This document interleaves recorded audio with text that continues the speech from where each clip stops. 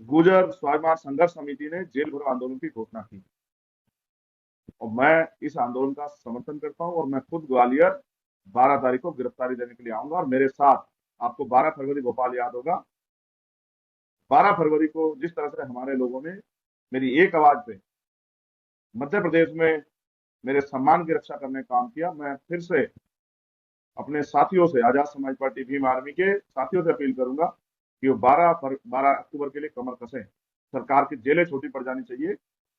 हम उस दिन सरकार की लाठियों का दम भी देखेंगे। आप चलाना लाठी, हमारी पीठें तैयार रहेंगी।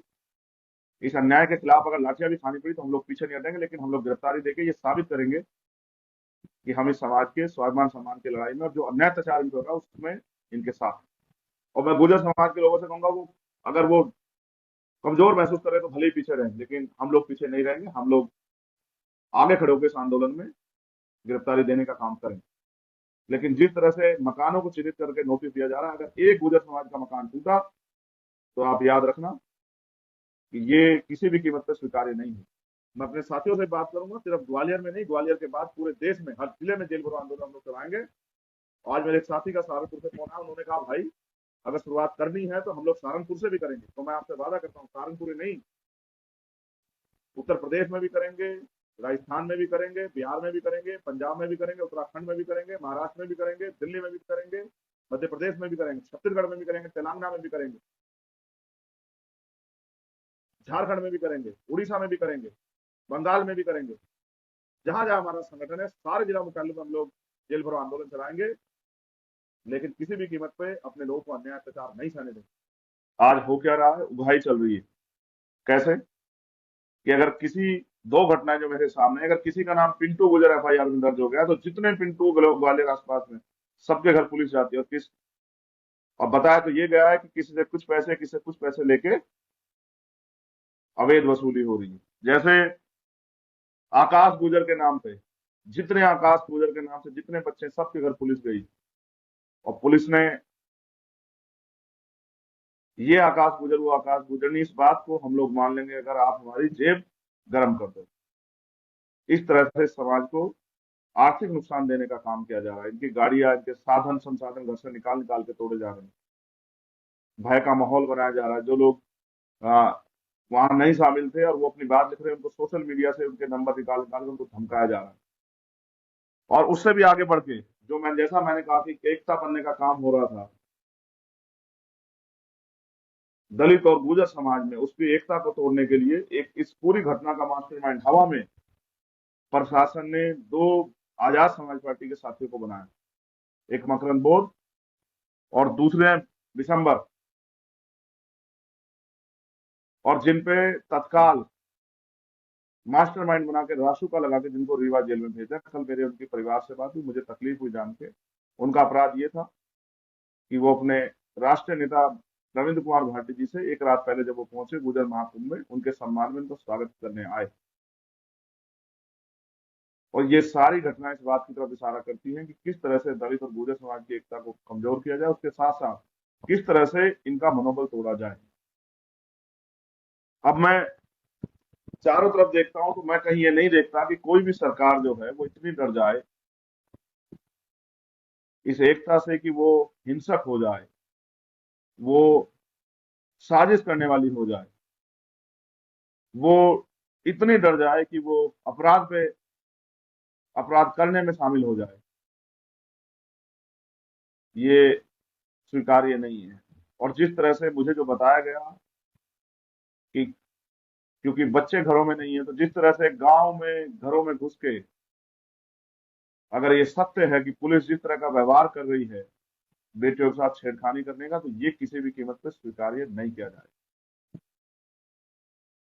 हमने सबने इस आंदोलन के साथ ये शपथ ली थी कि जब भी किसी बहन बेटी का अपमान होगा, किसी समाज को डराने का, दबाने का प्रयास किया जाएगा, किसी समाज को कमजोर करने का प्रयास किया जाएगा, हम उनकी लड़ाई लड़ेंगे। और इतिहास गवाह है, आज तक हमने कभी किसी को भी जिसके साथ अन्याय है उसको अकेला नहीं छोड़ा।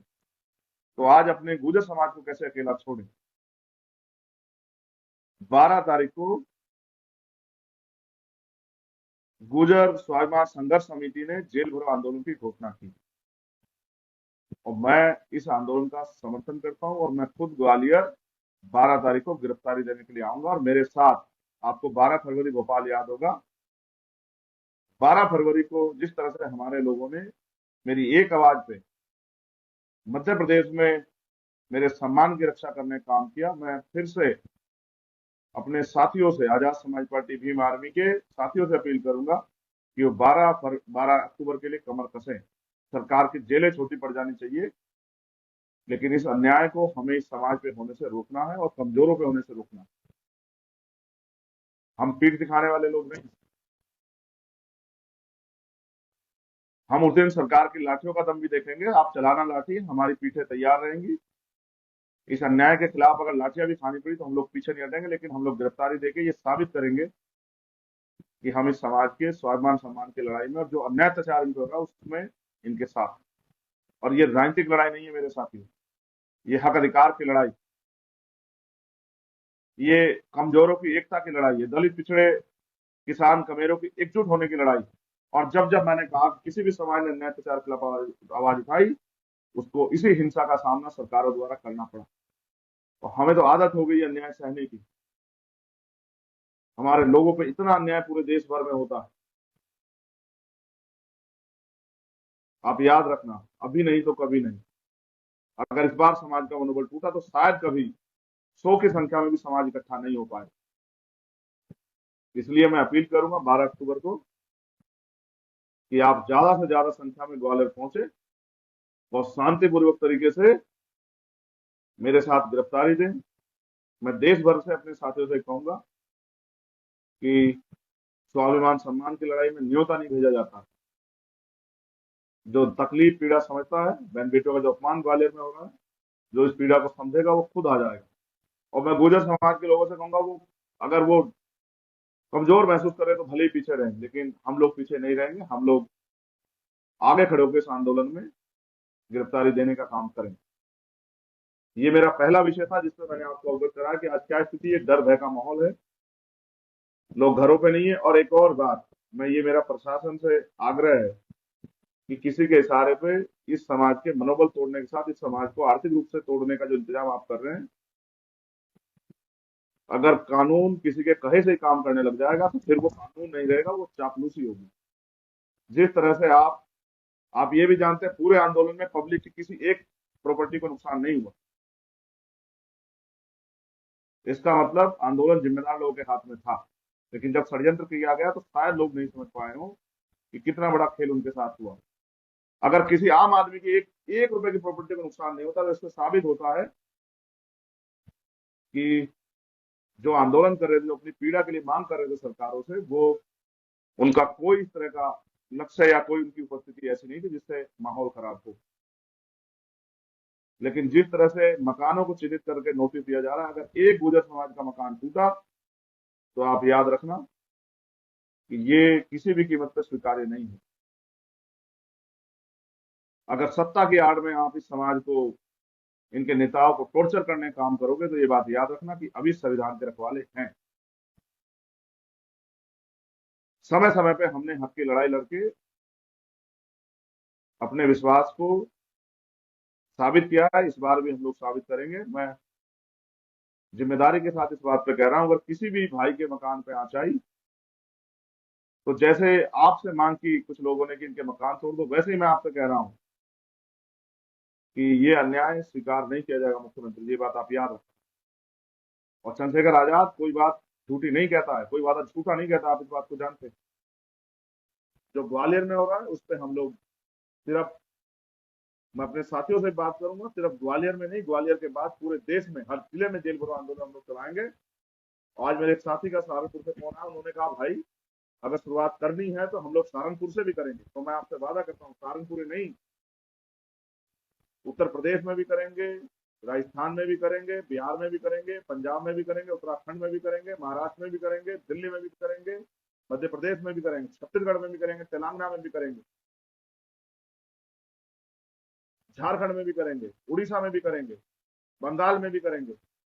जहां जहां हमारा संगठन है सारे जिला मुख्यालयों में हम लोग जेल भरो आंदोलन चलाएंगे, लेकिन किसी भी कीमत पे अपने लोगों को अन्याय अत्याचार नहीं सहने देंगे। और मैं अपने साथियों को कहूंगा, घबराए मत। अगर ये सरकार जुल्म करेगी तो इस सरकार के ताबूत में भी आखिर कील ठोकने का काम यही वंचित वर्ग के लोग करेंगे। मैं तो सरकार को भी समझाना चाहता हूं कि वो हठधर्मिता छोड़े, वो जिद छोड़े, वो ये षड्यंत्र बंद करे।